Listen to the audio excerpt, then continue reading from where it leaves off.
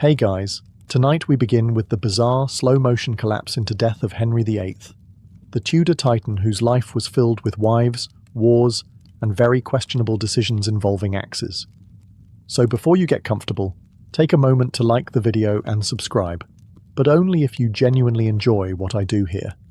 And let me know in the comments where you're tuning in from and what time it is for you. It's always fascinating to see who's joining us from around the world. Now, dim the lights, maybe turn on a fan for that soft background hum, and let's ease into tonight's journey together. At the height of his reign, Henry VIII was the golden boy of Renaissance England. Tall, broad-shouldered, athletic, and by all accounts an absolute heartthrob in tights. Fast forward to his final years, and you'd be forgiven for mistaking him for a heavily decorated armchair with anger issues.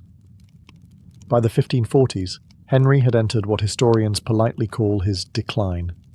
He had ballooned to over 300 pounds, mostly in the midsection, and was suffering from a delightful cocktail of health problems that included chronic leg ulcers, gout, and the general side effects of eating like meat was about to be banned.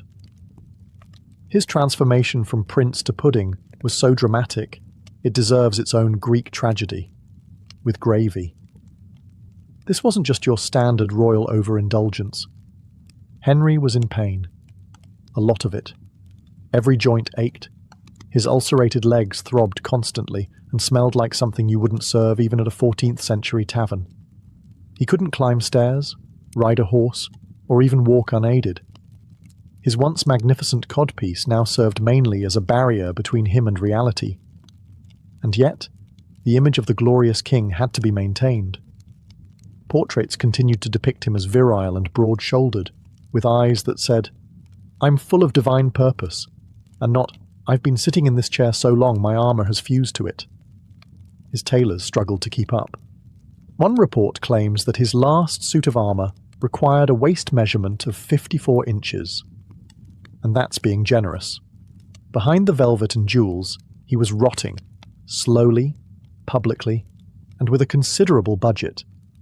Courtiers avoided standing too close. Servants prayed not to be assigned foot duty. His doctors tried everything from lancing to poultices, but most remedies had the same results: expensive linen soaked in royal ooze. By the end of his life, Henry VIII's most famous feature wasn't his beard or his codpiece, or even his wedding track record. It was his legs, or more precisely, what had happened to them.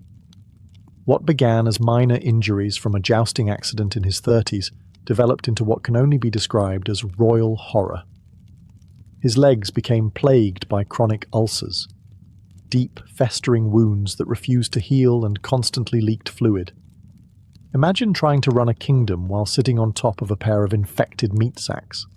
That was Henry's day-to-day. The sores weren't just painful, they were legendary.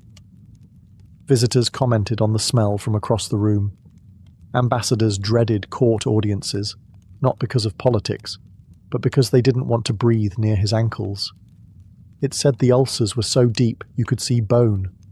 The word ooze features heavily in letters of the time. If Shakespeare had written body horror, this would have been Act 1.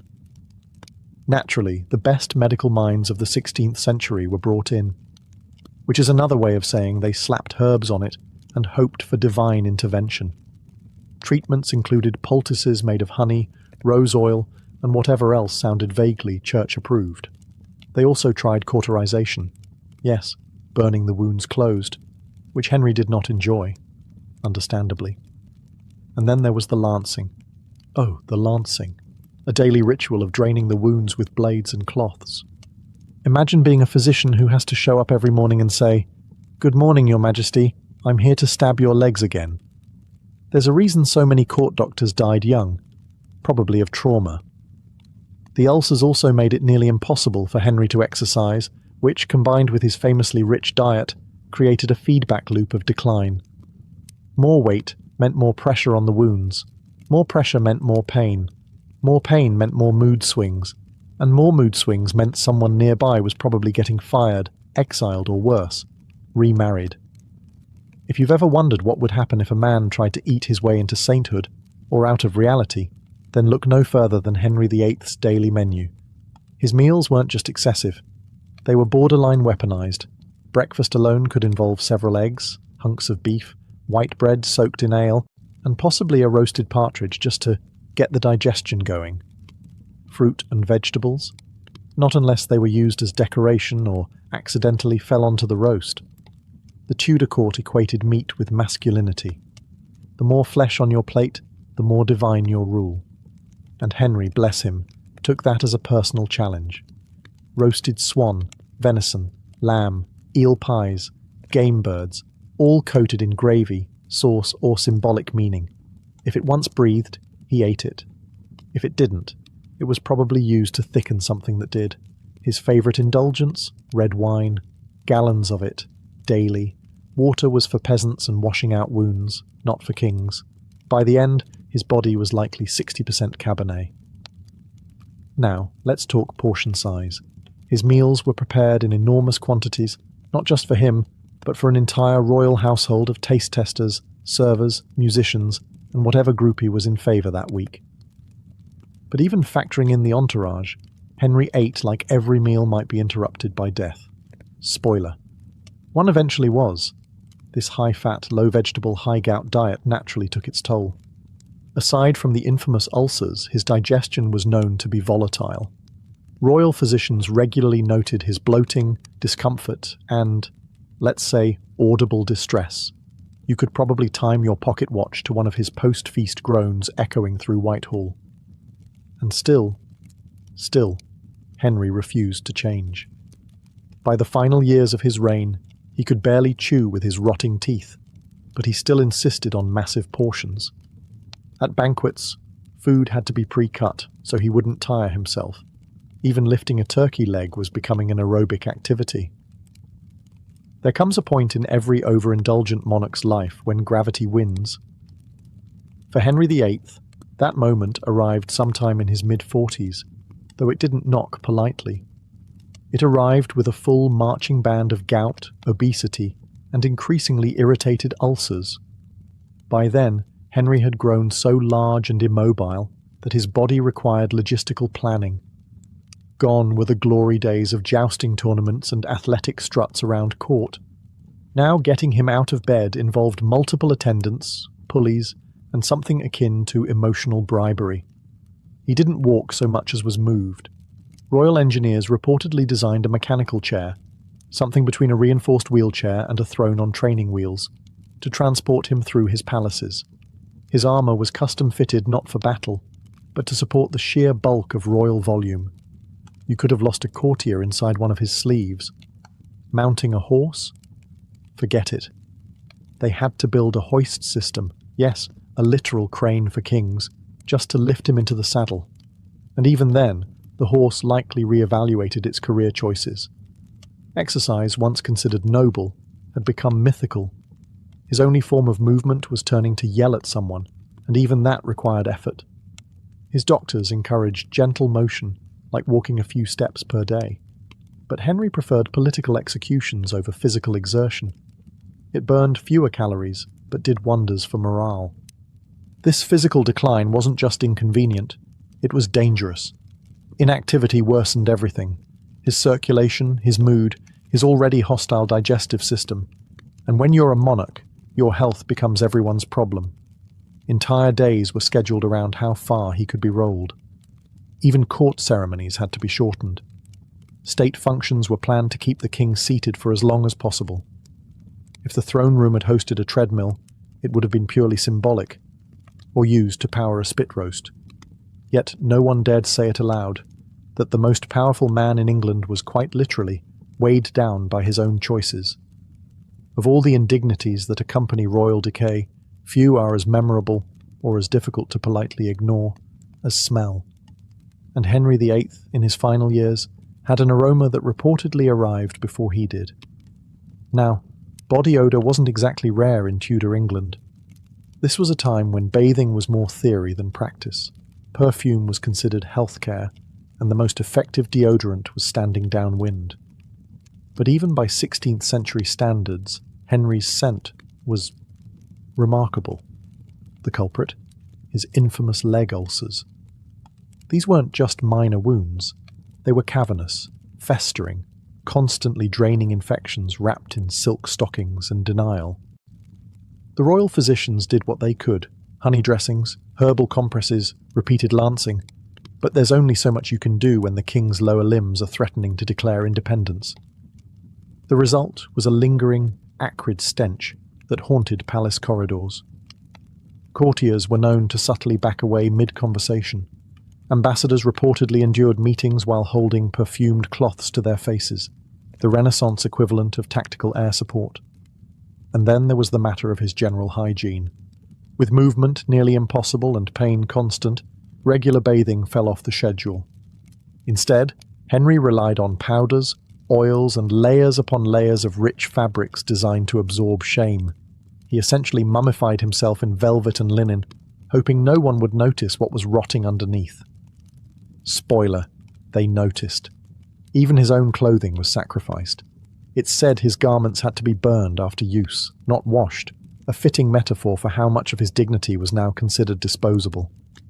Despite all this, no one dared speak of it in his presence.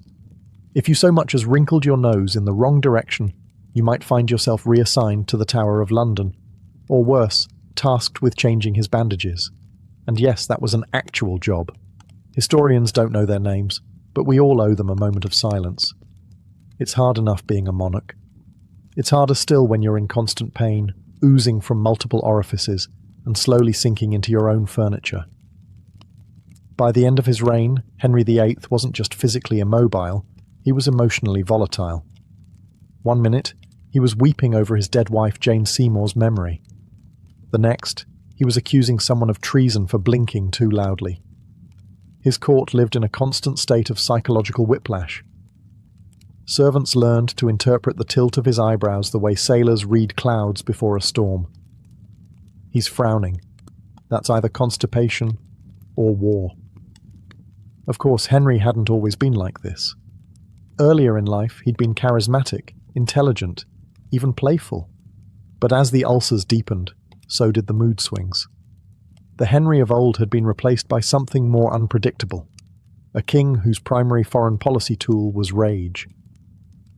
Medical historians suspect that alongside his physical ailments, he may have suffered from untreated depression, chronic pain-induced irritability, and possibly head trauma from a 1536 jousting accident. But in 16th century England, the go-to treatment for a bad mood was prayer, leeches, or blaming the French. Unfortunately, being king meant no one could tell him to take a break. Instead, advisors smiled nervously and agreed with whatever he said. Some even praised his divinely inspired fury, which is a nice way of saying, "We'd like to keep our necks, please." The results were messy. Dozens of courtiers were exiled, imprisoned, or executed simply for falling out of favour during one of Henry's mood hurricanes. Even his longtime friend and chancellor, Thomas More, wasn't spared, proving that Henry's inner circle was shaped more like a revolving door. By January of the year 1547, everyone in the royal court could see the end coming, except notably Henry VIII. He was, in every way, falling apart. But you couldn't legally say so. Under Tudor law, predicting the king's death was treason, which made royal physicians the most anxious, overqualified actors in history. Henry was confined to bed. Not just bedridden, but bed-dwelling. He hadn't walked in weeks, hadn't ridden in years, and spent his final days ruling England from beneath a mountain of embroidered cushions and questionable decisions. His legs were swollen. His breathing was laboured. His appetite was reduced. Well, by Tudor standards. He was still eating like someone who didn't realise his will was about to be the most important document in the country. Despite his obvious state, no one dared utter the word dying. Courtiers developed a whole glossary of euphemisms. He is resting deeply. His Majesty is in a reflective mood. The king is simply digesting vigorously. Even his doctors tiptoed around the subject. One physician reportedly declared, "His Majesty shall recover, God willing." A safe statement, vague, non-committal, and with divine backup. Meanwhile, said Majesty was drifting in and out of consciousness, probably hallucinating about roast goose and Protestant diplomacy. But even in his decline, Henry VIII still had paperwork to finish. He signed documents. He amended his will. He appointed a regency council for his 9-year-old son, Edward, who would soon be handed the kingdom and a debt the size of France. These weren't the majestic final acts of a noble ruler. They were scribbled commands from a very sick man whose court pretended he was just having a moment. Everyone around him knew the truth. Servants, courtiers, even the rats in the palace floorboards probably sensed something shifting. But still, they waited. Because the King of England couldn't die until it was safe to say so. And at this stage, no one wanted to go first. As January dragged on, Henry VIII hovered somewhere between lucidity and royal delirium. His body was shutting down, but his mind still had policies to bark out, people to snub, and a country to pretend he wasn't dying in front of. The denial was thick, possibly thicker than his ankles. He gave no formal confession, no emotional farewell, no cinematic final words. Instead, he issued instructions, edits to the will, tweaks to the Regency Council, and the usual paranoid rearranging of power players, just in case any of them got funny ideas after his eventual, and definitely not impending, death. Most notably, he finalized the succession plan. His sickly 9-year-old son, Edward, would take the throne, flanked by a hand-picked group of advisors. These men, it should be noted, had roughly the loyalty and backstabbing tendencies of a barrel full of Tudor eels. Henry also ordered that his tomb be completed, a grand structure he'd been planning for decades. Spoiler, it never got finished. For all his micromanaging and power hoarding, the thing that outlasted him was paperwork. As for religion, he managed to keep things impressively ambiguous. England was still Protestantish, but not too Protestant. Just Protestant enough to upset Rome without committing to anything doctrinal. It was the ecclesiastical equivalent of muttering something under your breath and walking away quickly. Even in his final days, Henry refused to acknowledge just how close the end was. When priests asked if he'd like to make peace with God, he dodged them like a man avoiding jury duty. One account suggests he eventually whispered, "All is lost." But even then, the court wasn't sure if he meant his soul, the kingdom, or just a misplaced turkey leg. Meanwhile, the palace operated under a strict "don't say he's dying" policy.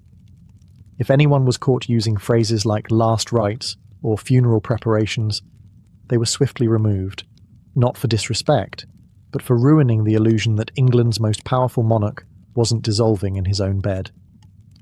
In the grand tradition of royal drama, you'd expect Henry VIII to deliver a stirring deathbed confession, a Shakespearean monologue about sins, regrets, and the 6 wives he either married, murdered, or misplaced. Instead, we got silence. Or worse, administrative clarity.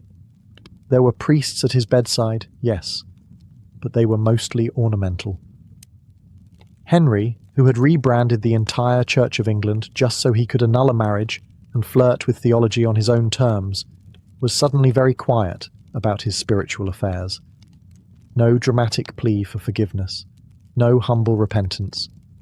No, sorry about that whole beheading your mother chat with his daughter Mary.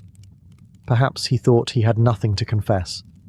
After all, this was a man who believed God had personally endorsed his every decision, even the messier ones.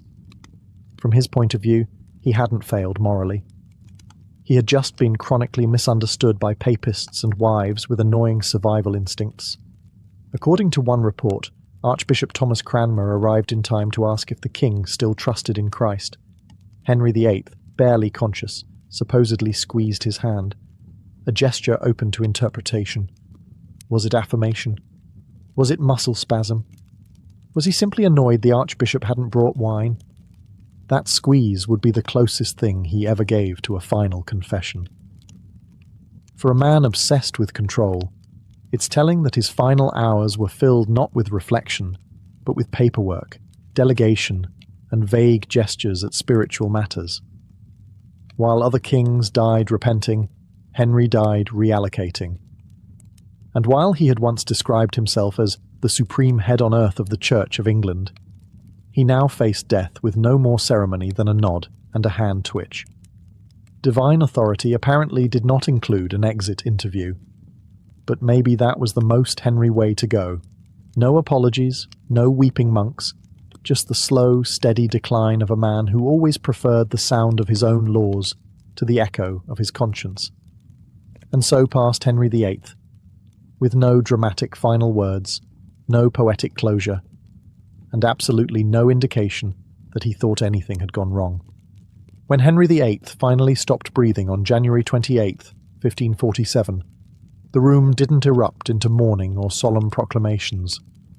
It sort of paused, then stood around awkwardly, then quietly panicked. Because here's the thing, it was illegal to declare the king dead without very specific authorization. Under Tudor law, to suggest the monarch had died, even if he was visibly deceased, was technically treason, which meant everyone in the room suddenly became deeply interested in pretending Henry VIII was simply resting, possibly very deeply and permanently. Doctors, courtiers and clergymen all stared at each other, waiting for someone to blink first. No one did. There was no press release, no moment of national mourning, no trumpets. Just the heavy silence of men thinking, well, now what? Eventually, they agreed to say nothing for several days. Not out of respect, but strategy. The succession still needed to be managed, the council assembled, and most importantly, the 9-year-old heir, Edward, informed that he now technically owned everything in England, including some very angry neighbours. In the meantime, Henry VIII's body remained in Whitehall Palace, still king in title, but now more biologically aspirational. Ministers quietly arranged his affairs while pretending he was still unavailable, which wasn't a lie, just a spectacular understatement. And while no one spoke the word dead, palace staff began making preparations with all the subtlety of a Shakespearean farce. Mourning clothes were quietly ordered. Seals were altered. Some opportunists probably started dusting off family trees to prove they were technically 12th cousins to the boy king and thus deserved land. Even foreign ambassadors weren't told right away. Diplomats from France and the Holy Roman Empire were still negotiating with courtiers who smiled through clenched teeth, hoping no one noticed the faint scent of royal decomposition wafting through the velvet drapes. The entire nation was being led by a man who, as far as the law was concerned, was still alive. Just unusually quiet, not currently moving, and about to need a very large coffin. Once Henry VIII was officially, if not immediately, dead, the royal handlers faced a new and urgent dilemma. What to do with the body? And unfortunately for everyone involved, the body had opinions of its own, mostly involving decomposition. Let's be blunt.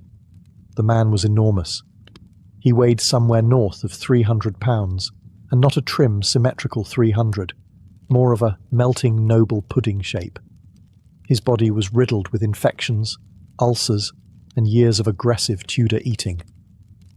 So naturally, it began breaking down faster than expected. Much faster. In the chilly halls of Whitehall Palace, servants and embalmers scrambled to preserve the king. But this wasn't the golden age of refrigeration.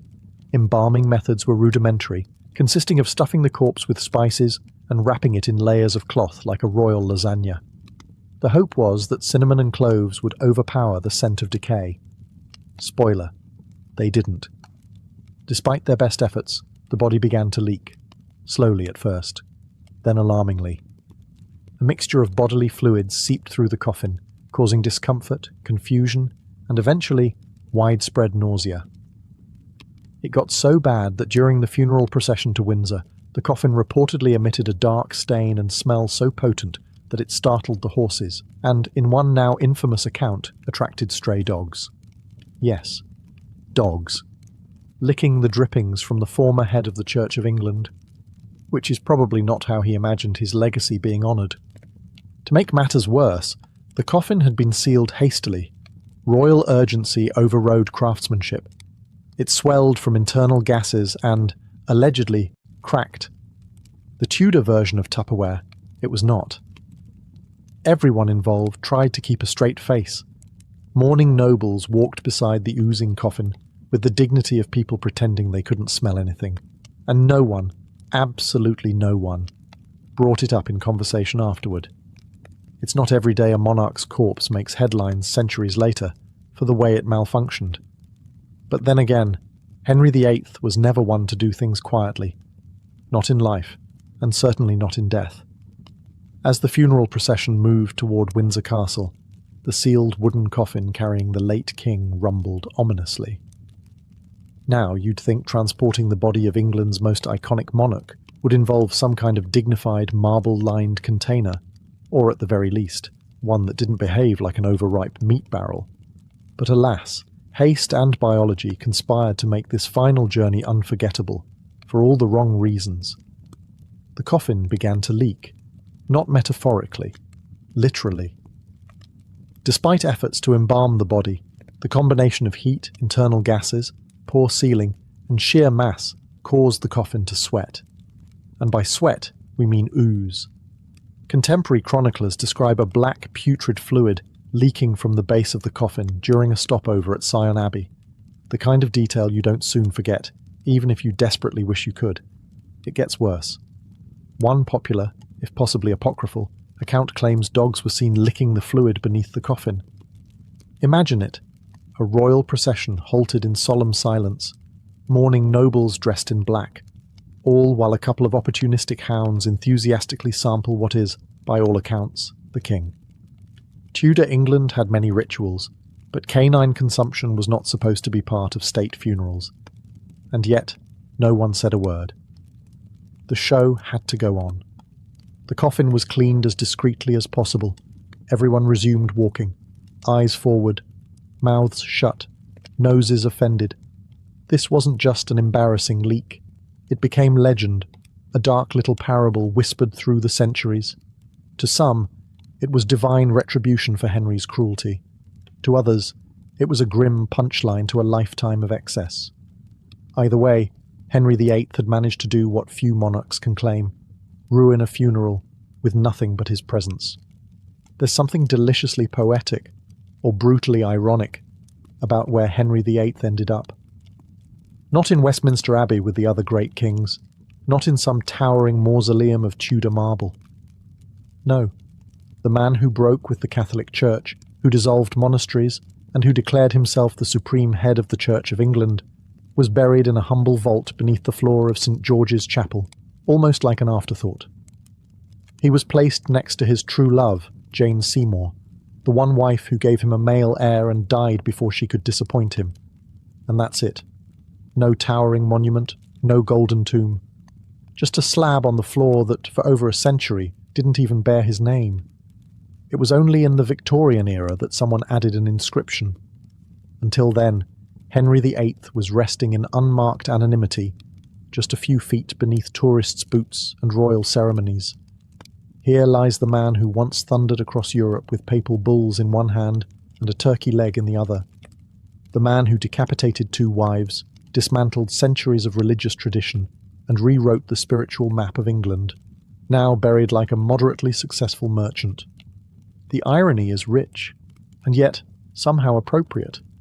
After all the grandeur, the power, the ceremonies, and the political tantrums, it's almost fitting that Henry's final destination was quietly humble, even accidental. No glorious tomb commissioned during life, no elaborate effigy, no towering altar to his glory. Just a lead-lined box under a chapel floor, a fading memory in the company of Jane and, eventually, Charles I, whose own death was, let's say, not subtle. For all his desire to dominate history, Henry VIII ended up in a shared grave with minimal decoration and maximum foot traffic. Valeria Messalina didn't just stumble into the spotlight, she was born in it. A member of the powerful Claudian dynasty, she had imperial blood coursing through her veins. Her great-uncle was Emperor Tiberius, and her cousin would one day become Emperor Nero. In other words, Messalina was born into a family where power plays were more common than family dinners, and everyone had a dagger, if not in their hand, then firmly lodged in their back. She was raised in a Roman world defined by luxury, corruption, and high-stakes politics. It was a place where virtue was praised in public and discarded in private. From early on, Messalina would have understood the rules of this treacherous game.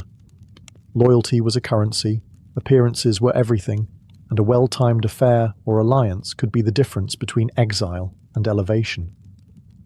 As a teenager, she was married off to her cousin, Tiberius Claudius Drusus, better known to history as Emperor Claudius. At the time, Claudius was seen as an unlikely political figure, awkward, physically impaired, and considered something of a harmless scholar. Few imagined he would ever rise to the throne. But power in Rome had a funny way of landing in unexpected laps. When Claudius suddenly became emperor in the chaos following Caligula's assassination, Messalina, barely in her 20s, became Empress of Rome, and she didn't waste time adjusting to the role. Almost immediately, she began reshaping her image, not as a ceremonial wife, but as a force to be reckoned with. Behind her, youthful beauty and public charm was a razor-sharp mind, already scheming how to consolidate her position. Rome expected its empress to be a symbol of modesty and grace. Messalina, on the other hand, had ambitions that were anything but modest. She wasn't content with being the woman behind the man. She wanted to be the one pulling the strings, using flattery, sex, alliances, and fear to climb even higher. And in a court where everyone had something to hide, she was fluent in the language of secrets. In the empire's golden halls, where gossip travelled faster than messengers, Valeria Messalina was about to become a legend and a cautionary tale. Rome had seen ambitious women before, but none quite like her. Once crowned empress, Valeria Messalina swiftly became one of the most influential women in Rome, not because of her title alone, but because of how she used it. She didn't just sit quietly beside Claudius in the imperial court. She was the one whispering in his ear, nudging decisions, arranging marriages, forging alliances, and eliminating enemies, all while pretending to be the loyal wife. But her influence wasn't just political. Messalina was infamous for something else entirely, her alleged sexual appetite. Ancient sources, mostly written by men with axes to grind, paint her as Rome's most depraved femme fatale.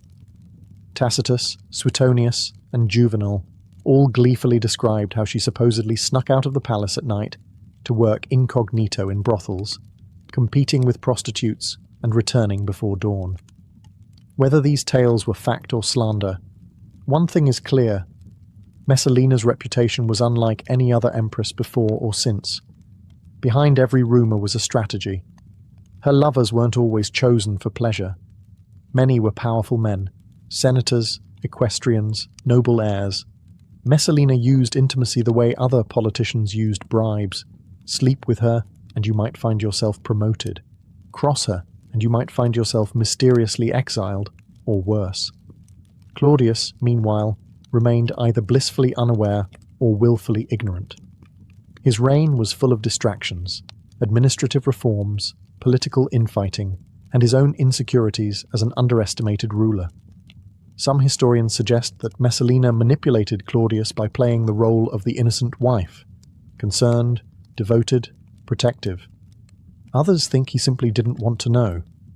After all, the truth would have shattered the illusion of control he had over his court and his marriage. But Rome knew.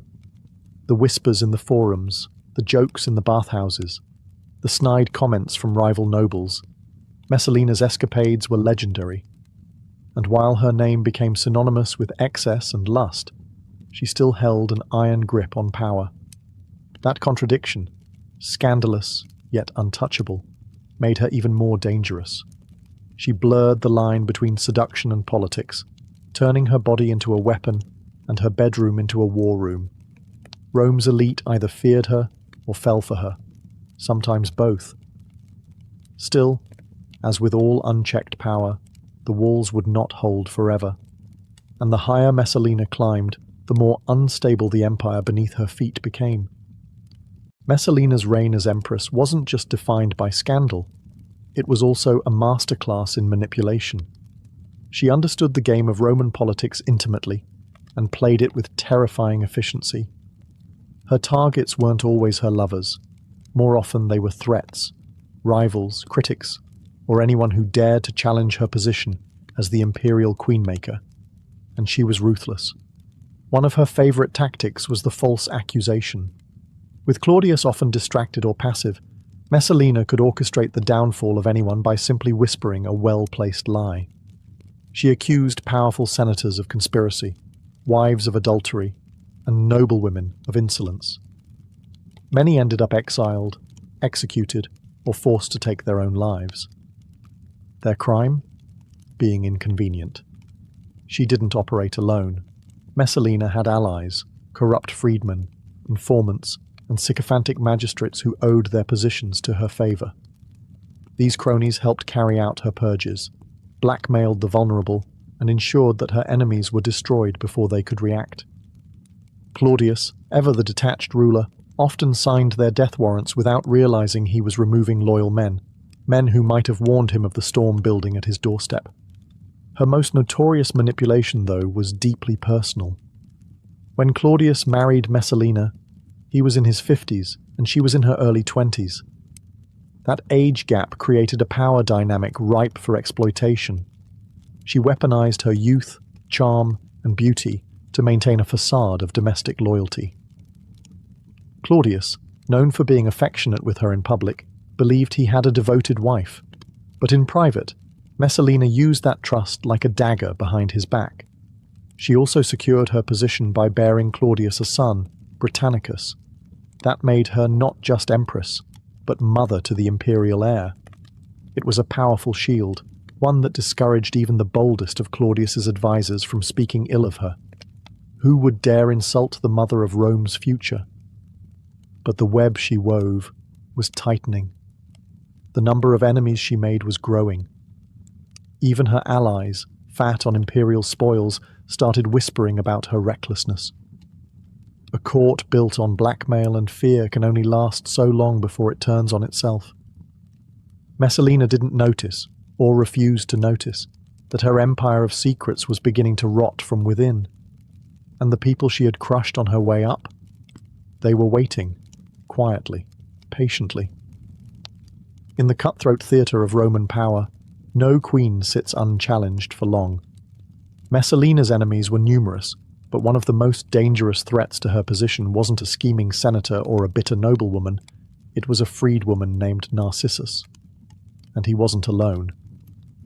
Narcissus, a former slave turned trusted secretary to Claudius, wielded immense influence behind the scenes. He managed imperial correspondence, controlled access to the emperor, and most importantly, had Claudius's ear in ways few others did. For years, Narcissus tolerated Messalina's antics, perhaps even profited from them. But eventually, even he began to see the danger she posed, not just to the emperor's reputation, but to the very stability of the empire. Tensions reached new heights when Messalina's ambition began to grow teeth. No longer content with manipulating from behind the curtain, she started plotting something far more audacious, replacing Claudius entirely. Some sources claim that Messalina began an affair with the handsome senator Gaius Silius, not just another lover, but a calculated partner in a quiet coup. Silius was wealthy, influential, and dangerously popular. And Messalina didn't just want him in her bed, she wanted him on the throne.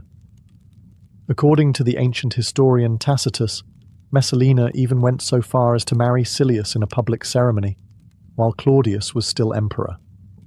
A move that was either madness or genius, depending on how successful she believed her scheme would be. It was the boldest political play of her life.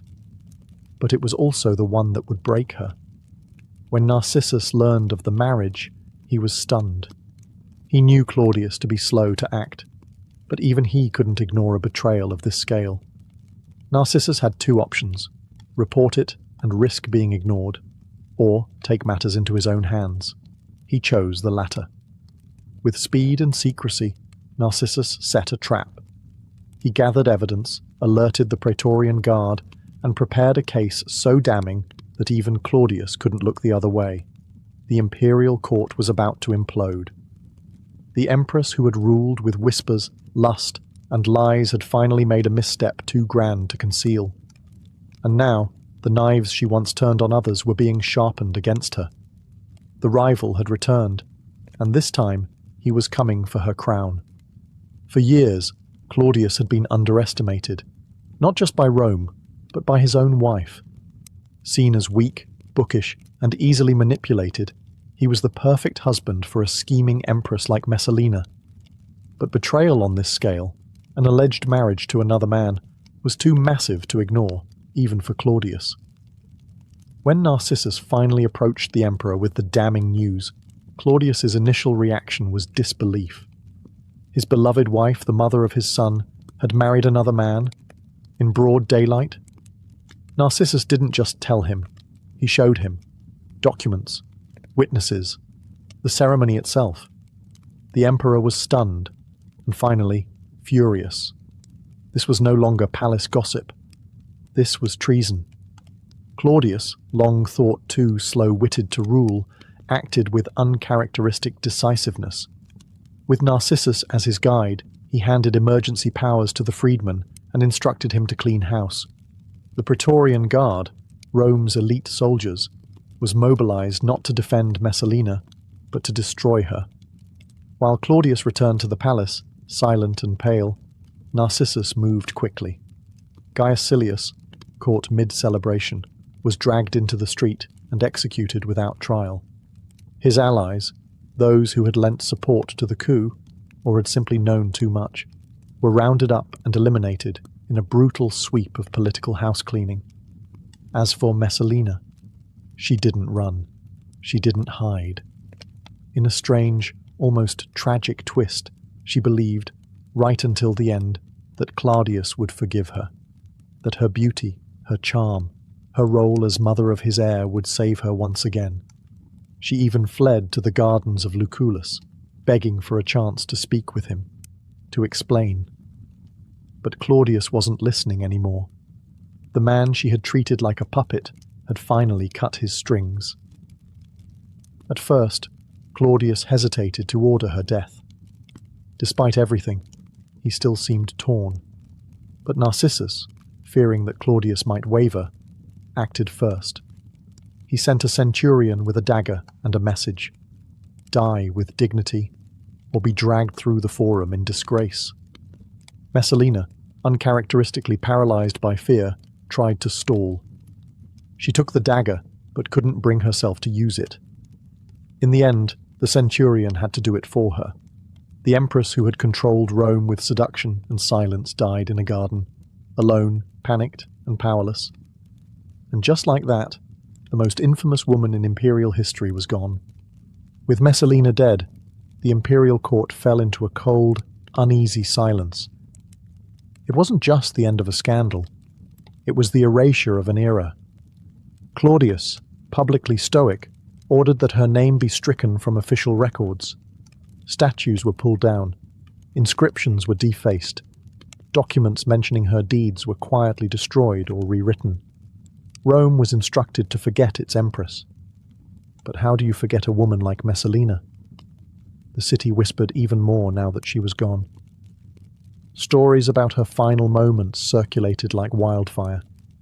Some claimed she cried for Claudius to save her until her last breath. Others said she cursed him, defiant to the end. Either way, her memory refused to vanish as easily as her portraits did. The political cleanup continued. Silius and his supporters were just the beginning. Claudius, now suspicious of everyone, began purging his court with a paranoid edge. Freedmen and officials who had once dined with Messalina were either dismissed, imprisoned, or executed. The Senate, eager to appear loyal, passed motions denouncing her treason, calling it a stain on the empire that had now been righteously cleansed. Only one person remained untouched: Britannicus, Messalina's young son and the heir to the throne. Claudius couldn't bring himself to punish the boy for the sins of his mother. Yet Messalina's death had left a power vacuum, and every ambitious noblewoman in Rome noticed. Behind closed doors, powerful families began maneuvering to replace the fallen empress. And Claudius, emotionally gutted and politically adrift, was more vulnerable than ever. This wasn't a period of healing. It was a reset, a dangerous, unstable calm. Claudius's trust in those around him had shattered, and he became increasingly reliant on his freedmen, especially Narcissus, who now wielded influence so great he practically ruled by proxy. Rome, meanwhile, began rewriting its favorite bedtime story.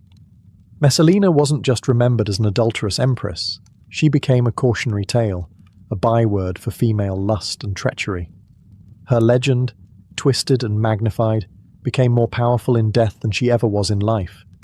She had been purged from the imperial narrative, but not from the Roman imagination. And while her body was buried in obscurity, her ghost would linger in the shadows of the Palatine Hill. Whispered about, laughed at, feared, forever. In the wake of Messalina's execution, Claudius found himself in an awkward position. An emperor without an empress, a father with a vulnerable heir, and a court full of power-hungry opportunists. The empire needed a new matron, someone to stabilize the palace and manage the imperial household.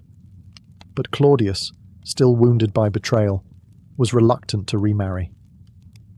Enter Agrippina the Younger. She was everything Messalina had been, and more. Beautiful, intelligent, calculating, and dangerous in her own right. But unlike Messalina, Agrippina wasn't reckless. She was methodical. Born into the Julio-Claudian dynasty, she was the daughter of Germanicus, the sister of Caligula, and the mother of a boy named Lucius Domitius Ahenobarbus, later known as Nero. Agrippina saw her chance. She played the long game. Where Messalina had seduced, Agrippina negotiated. She convinced Claudius that marriage to her would restore dignity to the imperial house. She promised loyalty, order, and, most importantly, a unified dynasty. Claudius, aging and increasingly manipulated by his inner circle, eventually agreed. Their marriage, though controversial due to their familial connection, was made legal by a special Senate decree. She became the next empress of Rome. But this was no love story. Agrippina wasn't interested in sharing the throne. She wanted to control it. And she quickly began purging any remaining allies of Messalina, ensuring that the old empress's name stayed buried, along with her son Britannicus's claim to the throne. She installed her own people in key roles, isolated Claudius from his previous advisors, and began grooming her son Nero as the future emperor. Step by step, she dismantled Messalina's legacy, not just through politics, but through memory. And the Roman people? They watched, bemused. Some whispered that Agrippina was just Messalina with better PR. Others feared she was something far more dangerous. While Messalina had ruled with passion and impulse, Agrippina ruled with calculation and precision. Where Messalina had overplayed her hand, Agrippina never showed hers until it was too late. The empire had traded one empress for another, but whether Rome had learned its lesson was doubtful. Claudius had survived one scheming wife. He wouldn't survive the next. And so, the ghost of Messalina didn't fade. It simply changed form, reborn in the ambitions of a new woman rising from her ashes. After Messalina's death, her son Britannicus became a tragic relic of a discarded dynasty. Though still the biological son of Claudius and the rightful heir to the throne, his future now hung by a thread. He was barely a boy when his mother was executed, and suddenly, the palace that once celebrated his birth became a gilded cage. Initially, Claudius kept Britannicus close, even assigning him trusted tutors and guards. The emperor still hoped to secure a legacy through his bloodline. But that hope was quietly and efficiently dismantled by Agrippina the Younger, who had no intention of letting Messalina's child sit on the imperial throne. Agrippina's own son, Nero, was older than Britannicus and far more controllable, especially by her. So, she began her campaign to remove Britannicus from the line of succession. She portrayed him as immature, easily manipulated, and unfit to rule. At the same time, she worked tirelessly to elevate Nero. She had him adopted by Claudius, granted the name Nero Claudius Caesar Drusus Germanicus, and given titles that signalled his path to power. By the time Britannicus reached adolescence, he was no longer Rome's golden boy. He was a prisoner in his own home, watched constantly, his supporters either exiled or silenced. Even his former tutors were replaced with Agrippina's men, ensuring that the young prince grew up under a web of political suspicion and isolation. Claudius, aging and increasingly manipulated, seemed to drift further from his son. He lavished Nero with honours and gradually distanced himself from the memory of Messalina, as if trying to scrub away the shame of his former marriage by erasing their child. Britannicus became a symbol of what could have been, a legitimate heir, sidelined by power politics, and he knew it. Ancient sources say he grew bitter, fearful, and watchful. He may have remembered his mother's fall, and perhaps even feared the same fate. When Claudius mysteriously died, likely poisoned, possibly by Agrippina, Nero was declared emperor without opposition. Britannicus, now a teenager, was reduced to a threat. A year later, during a banquet, the boy suddenly collapsed and died. The official cause? Epilepsy. The real cause? Poison, administered on Nero's orders, according to most ancient sources. Messalina's legacy died with her son, and the imperial line she tried so desperately to secure was extinguished, not by battle, but by dinner plate. Valeria Messalina may have died in disgrace, but her story refused to stay buried. In fact, the more the empire tried to forget her, the more immortal she became. Over the centuries, she transformed from a flesh-and-blood empress into a myth, Rome's ultimate symbol of feminine vice, lust, and betrayal. But was that reputation earned or constructed? The surviving accounts of Messalina's life come almost entirely from hostile sources: Tacitus, Suetonius, and Juvenal, men who had little sympathy for women in power, especially ones who dared to act independently. To them, she wasn't a political player. She was a cautionary tale, a dangerous woman who weaponized her sexuality and corrupted the purity of the empire. They wrote of her alleged midnight visits to brothels, her public marriage to another man, and her endless affairs. But all of these tales bear the tone of moral panic more than credible evidence. Some modern historians have begun to question whether Messalina's infamy was inflated to serve a narrative. After all, powerful women in Rome, especially those who fell from favour, were almost always rewritten as monsters. Think of Cleopatra. Think of Agrippina. In a society ruled by patriarchs, an ambitious woman was either a paragon of virtue or a seductress in disguise. Messalina, conveniently, became the latter. Yet even if we strip away the exaggerations, one truth remains. She held enormous influence in the Roman court. She maneuvered through a deadly political landscape, eliminated rivals, secured her son's claim to the throne, and wielded soft power in a world dominated by men with swords and senates. Whether by manipulation, charm, or fear, she was effective. Her downfall didn't just mark the end of her own story. It altered the shape of Roman succession, paved the way for Agrippina, and ultimately helped Nero rise to power. The echoes of her ambition resonated far beyond her lifetime. In literature, art, and popular culture, Messalina became an archetype: the lascivious empress, the femme fatale, the scandal made flesh. But behind the legend may have been a woman caught in a system that punished power in the wrong hands, especially when those hands were manicured and female. Messalina didn't just scandalize an empire, she forced it to confront its fears about women, control, and the cost of influence. And that, more than any affair, was her most dangerous legacy. In the pantheon of America's founding fathers, Alexander Hamilton stands out as a brilliant mind, architect of the nation's financial system, co-author of the Federalist Papers, and a man whose ambition knew no ceiling. But behind the powdered wigs and polished speeches, was a man who let his personal life spiral into a mess so spectacular it became the country's first political sex scandal. It all began in 1791. Hamilton was at the peak of his political power, serving as the first Secretary of the Treasury under President George Washington.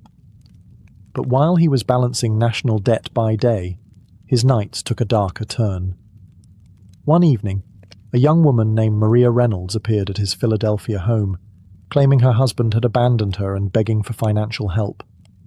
Hamilton agreed to assist, and soon after began a year-long affair with her.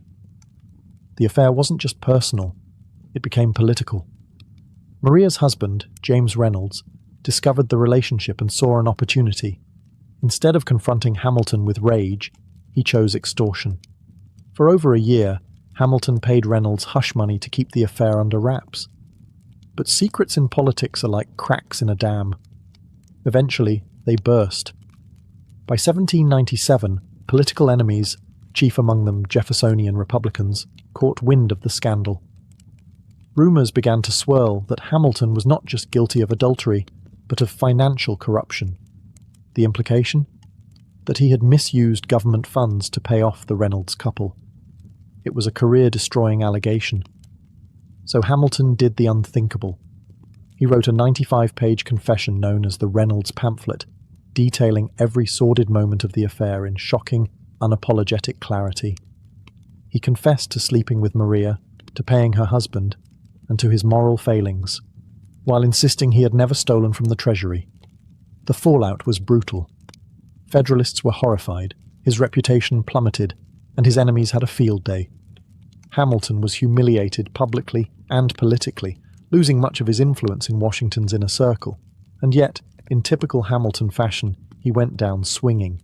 He'd rather be remembered as an adulterer than a thief. It was a gamble that preserved his integrity, at the cost of his dignity.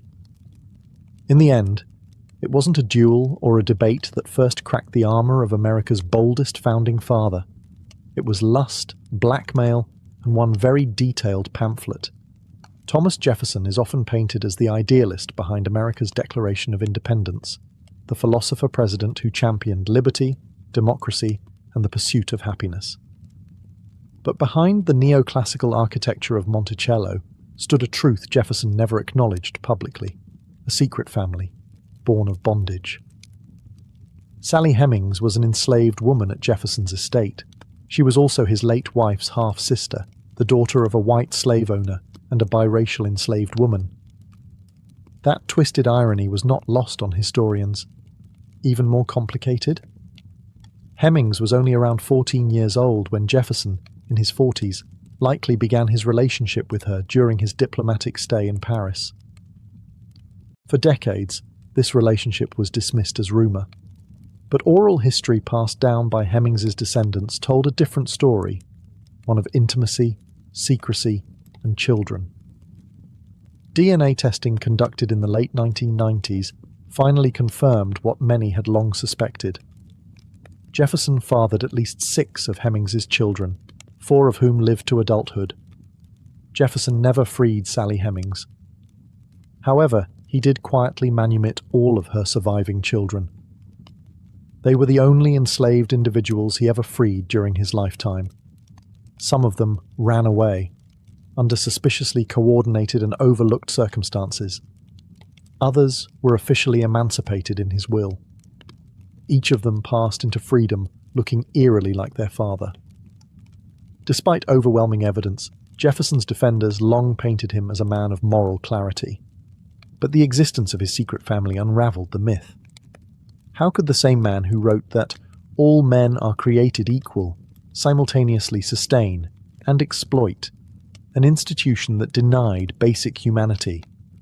To make matters worse, Jefferson kept meticulous records. He noted Hemings's pregnancies on his plantation logs, and her children always seemed to coincide with his stays at Monticello. But what's missing is the acknowledgement. He never admitted the relationship, never spoke their names publicly, and never addressed the glaring contradiction between his politics and his private life. Sally Hemings, for her part, never left any writings. Her voice has been filtered through documents written by men who saw her as property. What little we know of her character comes from the resilience of her children, who went on to build lives as free Americans. In the shadows of Jefferson's Enlightenment ideals lay a secret family, hidden behind shutters, born of silence, and forced to carry both his name and his burden. Benjamin Franklin was a printer, inventor, diplomat, and philosopher, a man of unmatched curiosity and wit. But beyond the lightning rods and bifocals, Franklin had a far more mysterious side. A side filled with shadowy clubs, risque writings, and a social life that would have made most Puritans faint.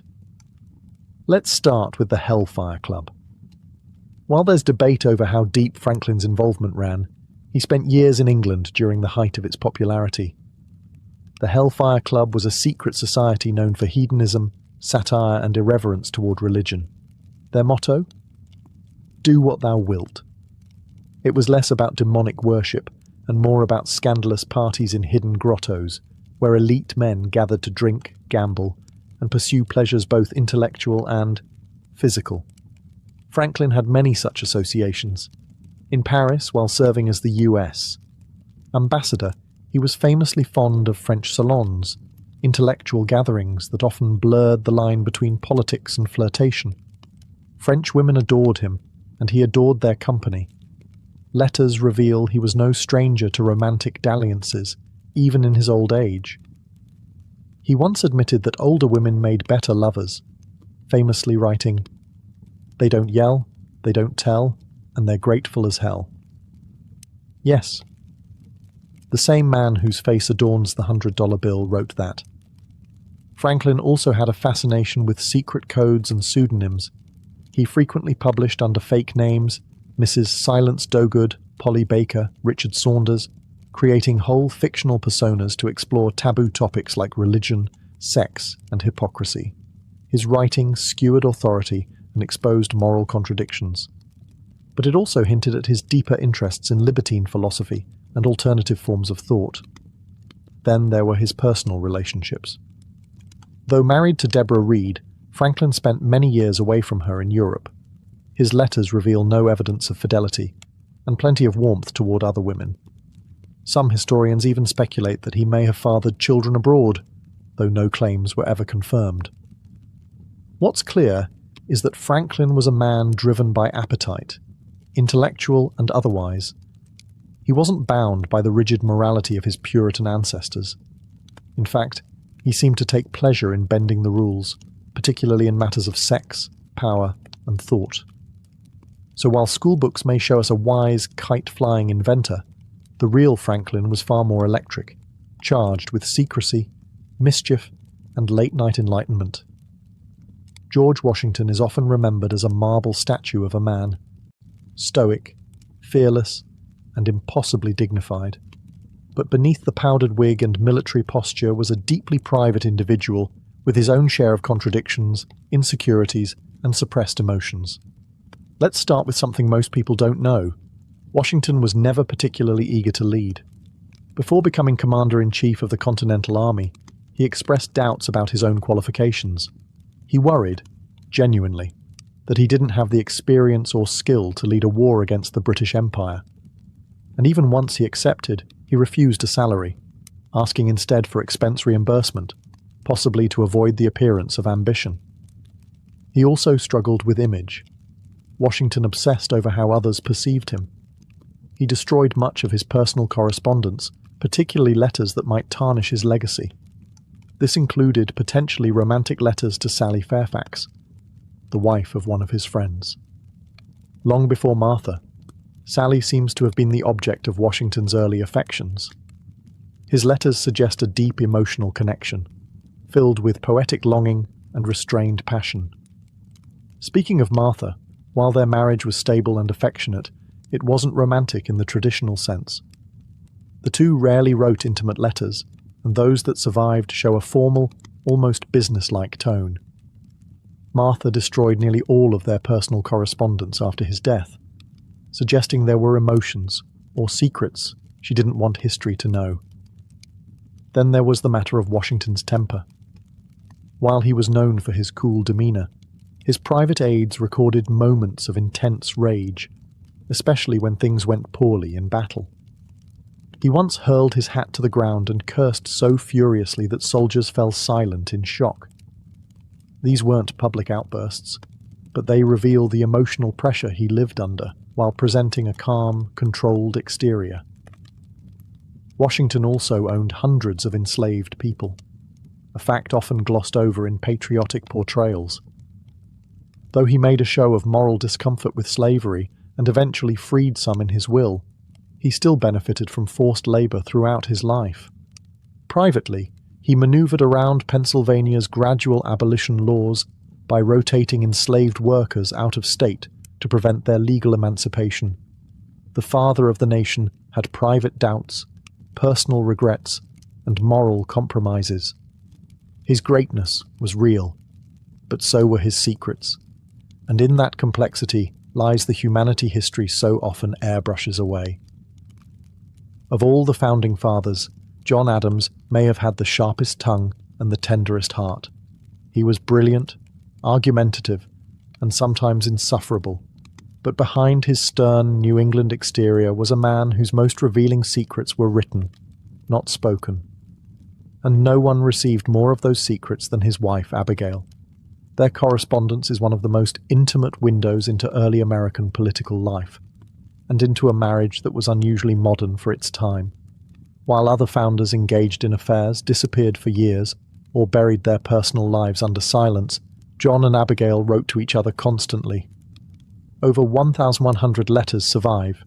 In them, Adams poured out his frustrations, fears, political calculations, and deep affection. When John was away in Philadelphia or Europe, Abigail became his advisor, not just his emotional support. He regularly asked her opinion on economic matters, foreign diplomacy, and the behavior of fellow revolutionaries. She, in turn, reminded him to remember the ladies, a plea for women's legal rights that was far ahead of its time. But Adams also had a paranoid streak. He was deeply insecure about his place in history. He resented how much attention Washington and Franklin received, and feared he'd be forgotten or overshadowed. After the presidency, he watched with bitterness as Jefferson became the darling of the Republic, while he faded into the background.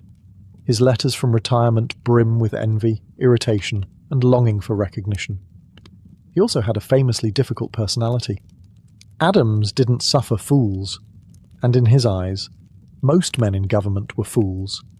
He feuded with Hamilton, mistrusted Jefferson, and was alienated from nearly every major political faction at some point. His single term as president was marked by controversy, including the Alien and Sedition Acts, which clamped down on press freedom and civil dissent.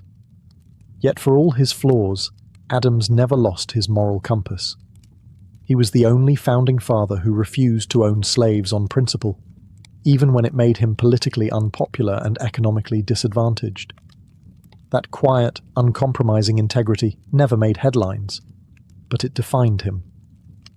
John Adams wasn't polished, he wasn't worshipped, but he was brutally honest, in print, in policy, and in passion. And in those midnight letters to Abigail, he left behind a legacy far more human than heroic. James Madison, the father of the Constitution, is often remembered as the quiet genius of the American Revolution. But behind his modest stature and soft voice was a man battling not only political chaos, but his own failing body and deep insecurities. Standing barely over 5 feet tall and weighing less than 100 pounds, Madison was physically frail for most of his life. He suffered from chronic illnesses, possibly epilepsy, which he kept hidden as best he could. Friends and political allies often noted his ghostly pallor and the sudden spells in which he would disappear from public life to recover. He lived with the fear that he could drop dead from overwork or stress. In fact, Madison was so certain of an early death that he never bothered to write a memoir. He didn't expect to live long enough to matter. But matter he did. Madison was the brain behind the Constitution and one of the primary authors of the Federalist Papers. Yet he rarely took credit. He preferred to work behind the scenes, letting louder personalities, like Hamilton and Jefferson, take the spotlight. He was the quiet manipulator in the back room, crafting entire systems of government while others shouted on the floor. His marriage to Dolly Madison also reveals much about his private life. Dolly was everything James was not: flamboyant, sociable, magnetic. Their marriage was a power alliance. She made Madison palatable to the public, hosting legendary political salons in Washington, D.C., where enemies became friends, often over her famous ice cream and cakes. While Madison strategized in private, Dolly managed the optics, turning their household into the capital's social center. Yet, Madison had his shadows. He was a complex slaveholder, personally uneasy with the institution, but unwilling to free his own enslaved laborers. He even had secret correspondences discussing the logistics of slavery in the New Republic, where his ideas, though intellectually cautious, did little to challenge the system. Later in life, Madison struggled with depression and isolation. His political influence waned, and he watched as his vision of limited government was twisted by the very forces he had helped unleash. He may not have had Franklin's charm or Washington's grandeur, but Madison's genius shaped the architecture of the American Republic. And yet, for all his brilliance, he lived and died, haunted by doubts, illness, and the fear that history might overlook him. He built the stage. Others took the bow. Thomas Paine was the fiery pen behind America's Revolution. His pamphlet Common Sense lit the spark that pushed colonists toward independence. Yet, unlike the other founding fathers, Paine ended up a political exile, forgotten and despised by the very nation he helped to create. Paine wasn't born into wealth or privilege. He was a working-class Englishman who only arrived in America at age 37, carrying little more than a letter of recommendation from Benjamin Franklin. But in 1776, his writing changed everything. Common Sense sold over 100,000 copies, an astronomical number at the time. It was written in bold, plain language that ordinary people understood. It didn't just call for independence, it demanded it, ridiculing monarchy and championing the idea that government should serve the people. But Paine's revolutionary fervor didn't stop at America's shores. After the US gained independence, he sailed to France and supported the French Revolution, at first. There he wrote The Rights of Man, defending revolution against tyranny. It made him an enemy of the British Crown and a hero among French radicals. Yet when the revolution turned bloody, Paine was horrified. He opposed the execution of King Louis XVI, which made him a traitor in the eyes of France's new regime. He was imprisoned in Paris, narrowly escaping the guillotine thanks to a quirk of fate, a chalk mark that mistakenly spared his life. Meanwhile, back in America, Paine's reputation was unraveling. His next major work, The Age of Reason, attacked organized religion and questioned the authority of the Bible. Though he claimed to believe in God, his book was branded as atheist blasphemy. Former friends turned on him. Washington ignored his letters. The Federalists condemned him as dangerous. By the time he returned to the US in 1802, Paine was a pariah. The same man who once ignited a revolution was now mocked in newspapers, denied the right to vote in some states, and shunned by polite society. He died in 1809, poor and alone, buried on a small farm in New York. Only 6 people attended his funeral. Paine's ideas had helped birth a nation, but his unrelenting honesty, refusal to compromise, and attacks on religion cost him everything else. He lit the fuse, but was burned by the flame. While most of the Founding Fathers are remembered for stern portraits and dusty speeches, Gouverneur Morris lived more like a rakish character from a scandalous 18th century novel. He's the man who actually wrote the final draft of the US Constitution, including the iconic preamble, "We the People." But his private life, anything but textbook. Morris was charismatic, flamboyant, and unapologetically indulgent. He walked with a cane after losing his leg in a mysterious carriage accident, though some whispered it had more to do with jumping from a jealous husband's window than any noble injury. Either way, Morris didn't let it slow him down. In fact, the wooden leg became something of a trademark. just one more thing that made him stand out in the staid world of powdered wigs and rigid protocol. While serving as a diplomat in France during the Revolution, Maurice was notorious for his womanizing. He carried on affairs with French aristocrats, while chaos engulfed the streets of Paris. One lover was caught in the same revolutionary purge that took Queen Marie Antoinette. Another supposedly helped him escape a mob attack. But Maurice wasn't just a libertine, he was an iconoclast. He openly criticized slavery, calling it a nefarious institution, while many of his contemporaries stayed silent or profited from it. He even refused to sign the Constitution unless it protected the federal government's power over slavery, a demand that eventually got watered down. Back home, Maurice didn't tone things down. He never married until late in life, instead enjoying a long string of mistresses and scandalous romances that made his colleagues uncomfortable. At age 57, he shocked high society by marrying his housekeeper, Anne Carey Randolph, herself the center of a major scandal involving an alleged abortion and accusations of infanticide. The press had a field day, but Maurice didn't care. He was used to being the odd man out. Even his death was unusual. According to legend, Maurice attempted to treat a urinary blockage by inserting a whalebone into his urethra, a move that led to fatal internal damage. Whether the story is true or not, it fits the pattern. Maurice lived and died on his own terms, often to the astonishment of those around him. In a room full of powdered wigs and moral posturing, Gouverneur Maurice was a one-legged, sharp-tongued wild card, and one of the most fascinating figures you've probably never heard of. The Founding Fathers gave birth to a new nation, with ideals that promised liberty, justice, and equality. But the private lives they lived often contradicted the very freedoms they so passionately preached. And as the myths of American greatness grew, so too did the willful erasure of their contradictions. Slavery was the most glaring hypocrisy. Many of the men who declared all men are created equal either owned slaves, profited from slavery, or actively defended it. Jefferson, Washington, Madison, Monroe, all slaveholders. Even as they debated independence, enslaved men and women toiled on their plantations, stripped of the rights the Constitution would later promise to protect.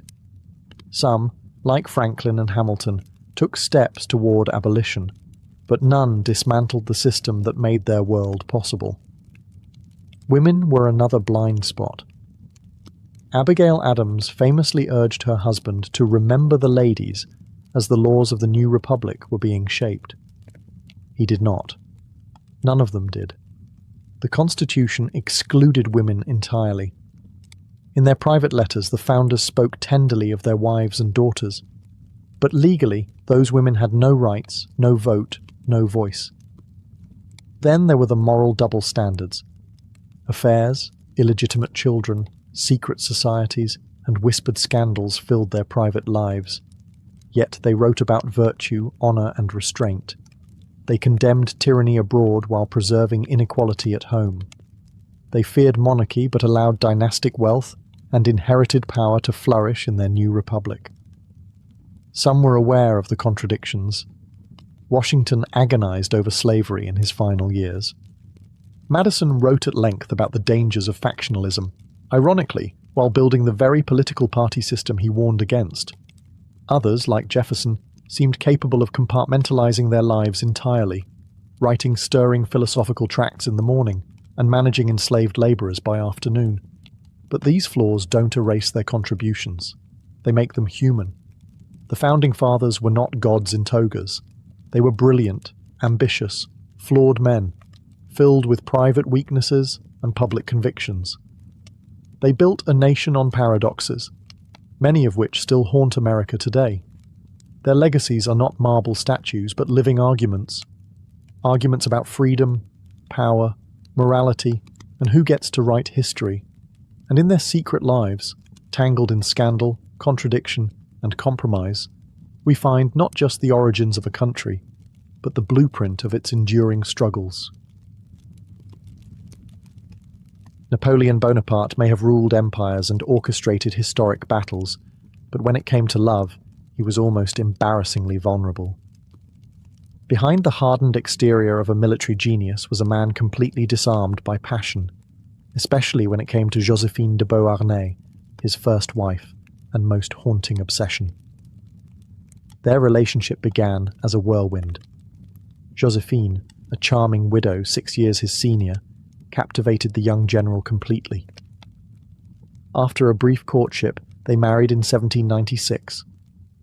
Almost immediately, Napoleon departed for his Italian campaign, leaving his new bride behind in Paris. From the front lines of war, he began writing, letters that reveal not the voice of a conqueror, but that of a love-struck, borderline desperate man. In one letter he confesses, "I awake full of you. Your image and the memory of last night's intoxicating pleasures have left no rest to my senses." In another, he pleads, "Don't wash, I'm coming home." The letters swing between eroticism, possessiveness, and profound insecurity. Napoleon would win a battle and then immediately sit down to scold Joséphine for not writing back quickly enough. He demanded daily letters, interpreting silence as betrayal. His emotions were so volatile that his tone often changed mid-sentence, from romantic longing to bitter accusation. Joséphine, meanwhile, was far less enthusiastic. While Napoleon poured out his soul, she enjoyed Parisian salons, and eventually took lovers of her own. News of this crushed Napoleon, and his letters began to reflect his heartbreak. Still, even after discovering her infidelity, he couldn't let go. His letters grew darker, more obsessive. He wrote of being tormented, sleepless, consumed. Joséphine, for her part, often replied with vague pleasantries or silence. It was a one-sided romance, inked in heartbreak.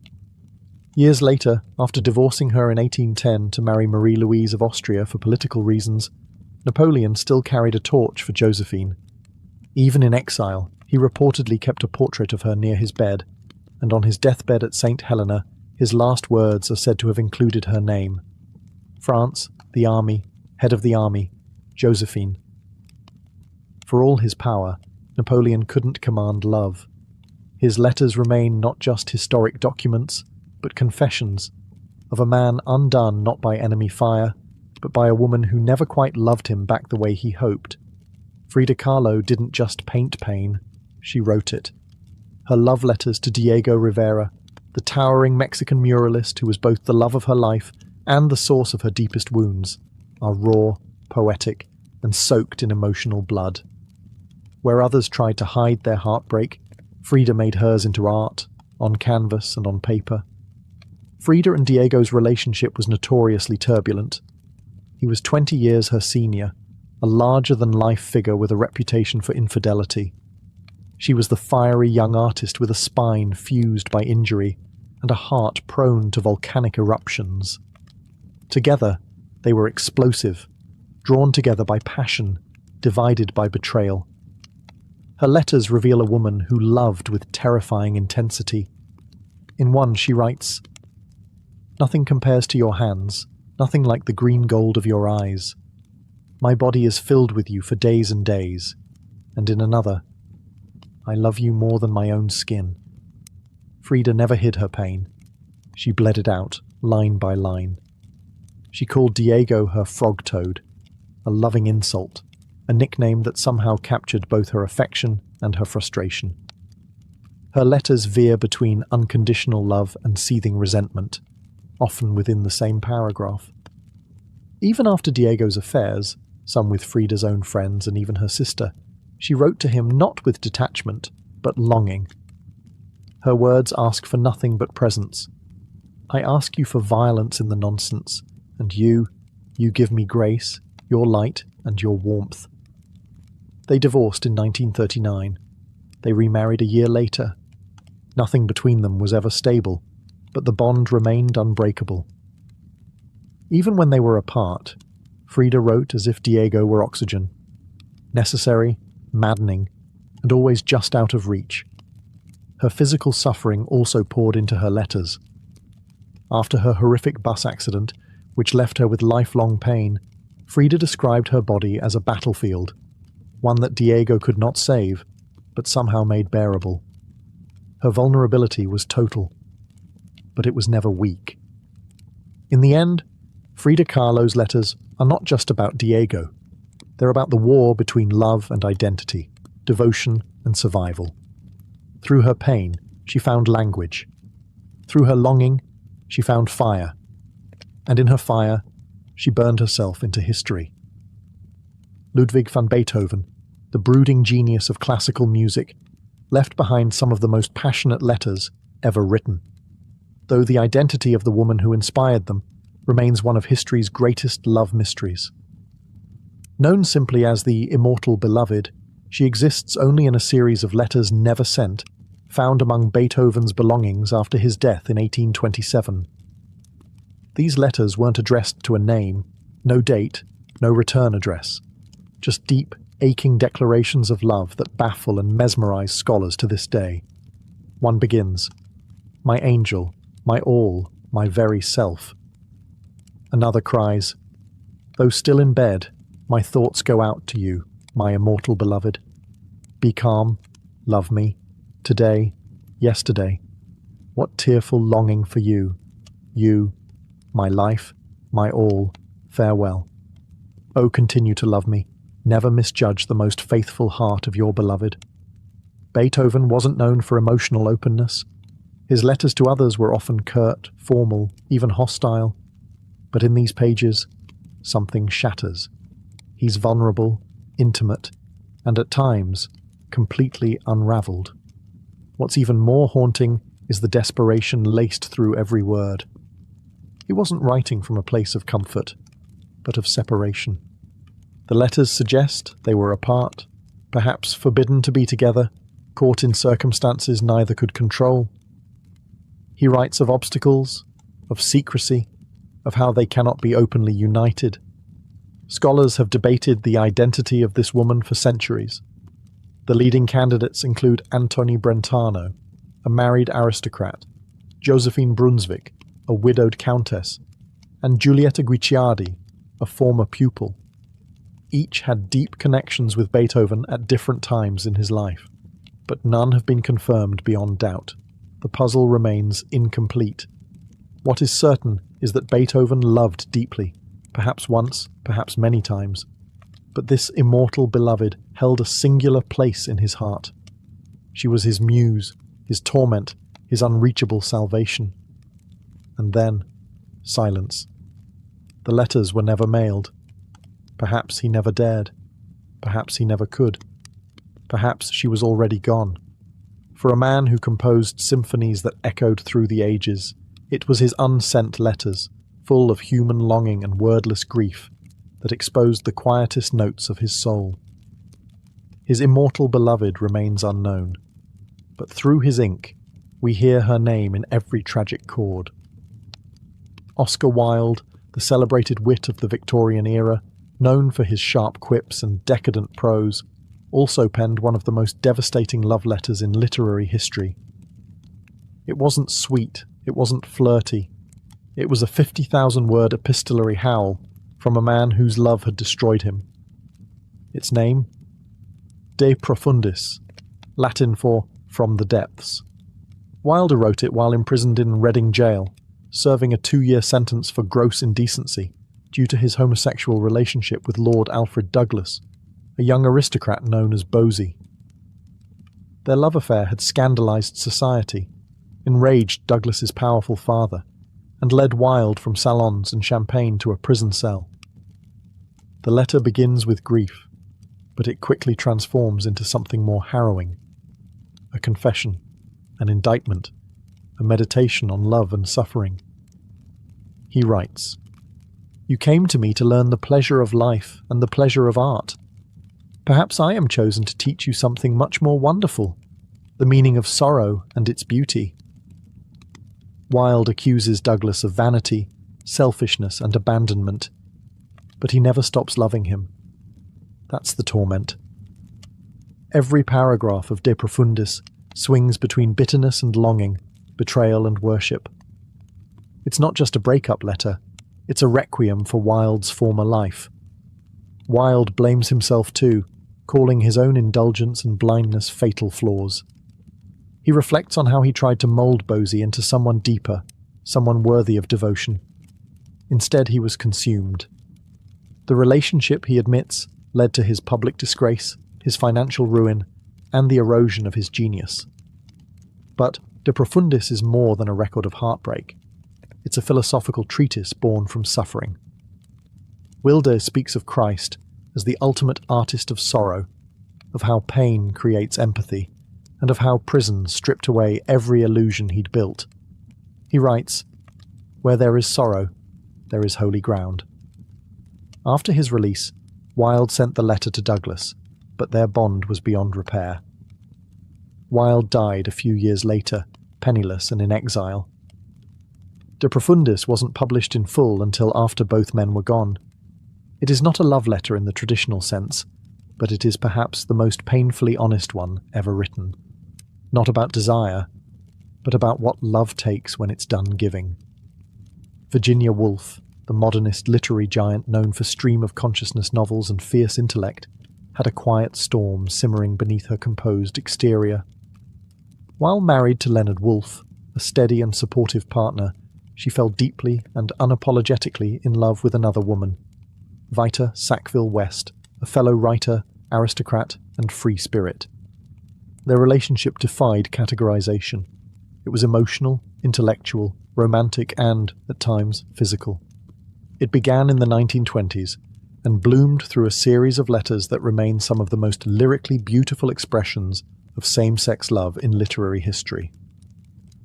In one of the earliest letters, Woolf writes, "I am reduced to a thing that wants Virginia. It is incredible how essential to me you have become." The roles often reversed. Woolf, usually so guarded, became the one who pined, longed, crumbled. Her letters are full of restrained desire, humour, and subtle desperation. She found in Vita not just a lover, but a muse, a symbol of freedom and bold femininity she both envied and adored. Woolf's masterpiece Orlando was inspired directly by Vita, a fantastical, gender-bending time traveller that embodied the spirit of her elusive love.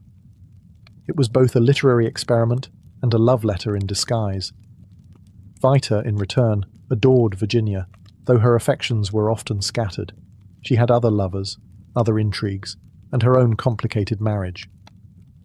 Yet her letters to Woolf showed deep admiration and enduring attachment. "I miss you even more than I could have believed, and I was prepared to miss you a good deal." What makes their correspondence so extraordinary is the way it dances around conventions. These were not declarations shouted from rooftops. These were whispers across pages, intimate, coded, and infused with longing that transcended physicality.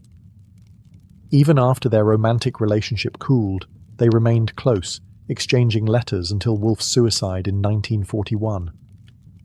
One of her last letters, addressed to Leonard, her husband, is often quoted. But it is her letters to Vita that contain her rawest joy, her vulnerability laid bare in ink. In a world that tried to define love rigidly, Woolf and Vita wrote their own rules. Their letters weren't just about love. They were love, complicated, beautiful, impossible to label, and like the tides of Woolf's own prose, always in motion. John Keats, the romantic poet who gave us lines like, "A thing of beauty is a joy forever," lived a life tragically short but emotionally overwhelming. He died at just 25, but in his final years he poured out his soul in letters to the woman he adored, Fanny Brawne. Their romance was filled with intensity, poetry, and dread. Keats, already sick with tuberculosis, knew he was living on borrowed time. He fell for Fanny hard and fast, and though they were secretly engaged, he knew he would likely never live to marry her. That looming mortality saturates every word he wrote to her. One of his letters reads, "I have been astonished that men could die martyrs for religion. I have shuddered at it. I shudder no more. I could be martyred for my religion. Love is my religion, and I could die for that. I could die for you." Keats didn't just love Fanny. He worshipped her. His letters are filled with torment, beauty, jealousy, and devotion. He longed for her presence so deeply it hurt him physically. He called her his goddess, his bright star, and even in moments of insecurity, he clung to her image like a lifeline. But his illness made everything more desperate. He feared being a burden. He feared she might stop loving him. And most of all, he feared he'd die without ever truly knowing her as a husband would. That fear, that burning sadness, makes the letters unbearably tender. In another letter, he writes, "I almost wish we were butterflies and lived but 3 summer days. 3 such days with you I could fill with more delight than 50 common years could ever contain." Fanny kept his letters for the rest of her life, though she rarely spoke of him afterward. When Keats died in Rome in 1821, he was buried beneath a stone that bore no name, only the inscription, "Here lies one whose name was writ in water." But his name did not wash away. His poetry endured. And so did his letters to Fanny, pages soaked in yearning, preserved against the odds, reminders that even in the shadow of death, love can still burn brilliantly. John Keats didn't get a lifetime, but he left behind a love that reads like eternity. Emily Dickinson, one of America's most enigmatic poets, lived much of her adult life in seclusion, rarely leaving her home in Amherst, Massachusetts. But behind her reclusive exterior and cryptic verses was a deep, passionate emotional world, one that found expression in letters as mysterious as her poetry. Her most intense correspondences were addressed to a figure she called Master. These 3 letters, never sent, never named, reveal a woman wrestling with overwhelming love and existential longing. She writes, "Master, open your life wide and take me in forever, but I shall never be satisfied with never." The identity of Master has never been confirmed. Some believe it was Charles Wadsworth, a married preacher she admired. Others suggest it may have been a composite, a symbolic lover, or even an expression of divine yearning. Whatever the truth, the letters are unmistakably intimate, tender, erotic, aching with restrained desire. Dickinson also carried on emotionally charged relationships with women, especially Susan Gilbert Dickinson, her sister-in-law and next-door neighbour. Over 300 letters to Susan survive, filled with romantic language, poetic flirtation, and declarations that blur the line between deep friendship and romantic love. She wrote to Susan, "Susie, will you indeed come home next Saturday and be my own again, and kiss me? I hope for you so much, and feel so eager for you. Feel that I cannot wait, feel that now I must have you." These weren't casual notes. They were floods of feeling, composed in slanted, swirling handwriting. Dickinson never married, and her emotional life remained largely invisible during her lifetime. But her letters reveal someone with a fierce capacity to love, intensely, secretly, and poetically. It's no coincidence that many of her greatest poems mirror the tone of her letters, the aching, the obsession, the sacred terror of intimacy. Her words move like riddles, wrapping love in layers of metaphor and punctuation dashes. Emily Dickinson lived behind closed doors, but she loved in wide, sweeping sentences. Her letters, fragmented, half-lost, often coded, invite readers into a hidden realm of affection too powerful to be publicly declared. In a world that feared women's emotions, Dickinson buried hers in verse and in ink, trusting perhaps that someday someone would find them and understand.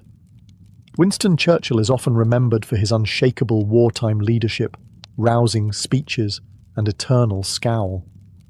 But behind the bulldog bravado was a man deeply devoted to his wife, Clementine Hozier, a relationship preserved in a remarkable series of love letters that spanned more than 5 decades.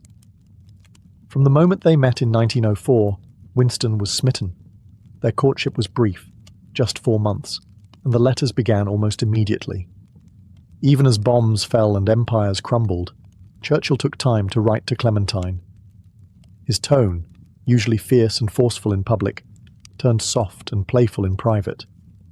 In one letter he wrote, "My darling Clemmy, I hope you will forgive me for writing you such a short letter.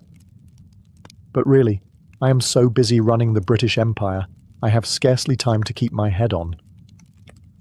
His humour never left him, even under the pressure of World War. During their long marriage, Churchill was often away, on military campaigns, in Parliament, or commanding the nation. But his letters were constant, and his affection never seemed to wane. He called her his cat, and signed letters as Pug, a nod to their nicknames for one another. They wrote not just as husband and wife, but as lifelong friends, confidants, and emotional anchors. But they weren't always in harmony. One of Clementine's most famous letters, written in 1940 during the height of the war, gently warned Winston that he was becoming short-tempered with his staff. She wrote not to scold him, but to help him remain the leader Britain needed. His response? Grateful and open. He listened. Their letters balance flirtation and strategy, tenderness and tension. Churchill once told Clementine that meeting her had conquered and captured him more completely than any battlefield. Even near the end of his life, he continued to write her loving notes, often brief, always heartfelt. In a world of war rooms and command centres, Churchill found his truest peace in the quiet of a letter to his wife. No pomp, no politics, just devotion. His legacy may be forged in speeches and victories, but the love letters to Clementine remind us that even history's hardest men often live their softest truths in private. Few love stories in literary history are as dazzling, or as destructive, as that of Zelda Sayre and F. Scott Fitzgerald.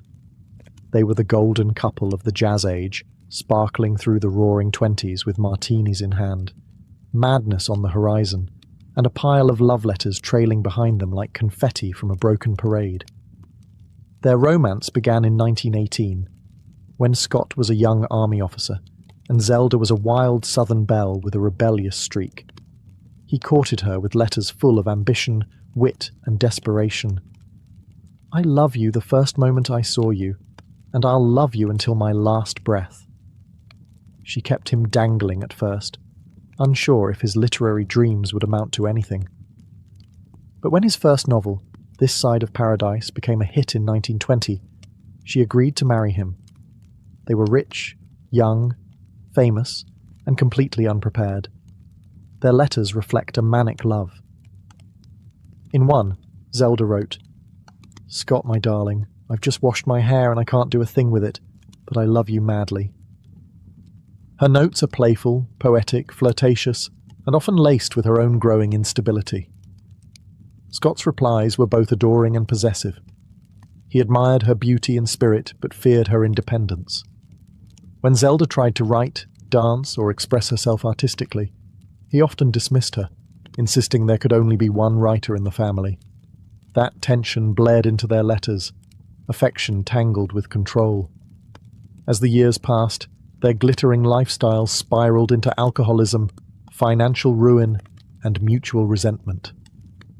Zelda suffered a series of mental breakdowns and spent long stretches in sanitariums. Yet even then, their letters retained a strange, aching tenderness.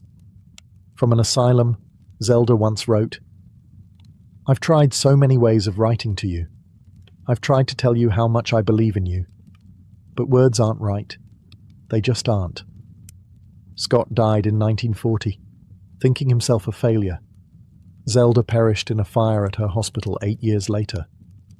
But their letters, those wild, burning fragments, survive. They show two people who loved like firecrackers, explosive, beautiful, and ultimately doomed. A love too big for the world they lived in, preserved forever in ink and ash.